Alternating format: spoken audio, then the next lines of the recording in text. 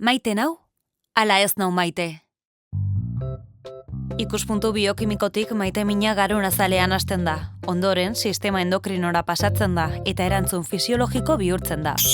Garuneko 12 eremuk lan egiten dute aldi berean erakartzen gaituen norbait begiratzen dugunean. Eta adrenalina, serotonina, oxitozina, basopresina eta dopamina askatzen dute. Dopaminaren, plazerraren neurotransmisorearen fabrika batean bihurtzen da gure burbuina. Eres muy txuli. Usainak ere badu eragina bikotearen hautaketan.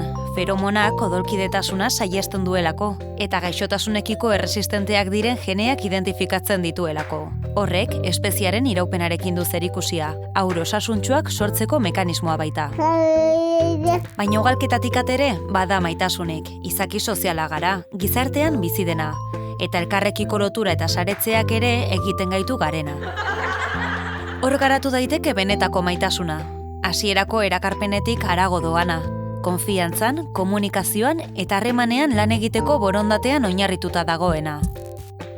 Hortaz, halakorik topatzen ez baduzu zure bikotearekin, galdetu zeure buruari.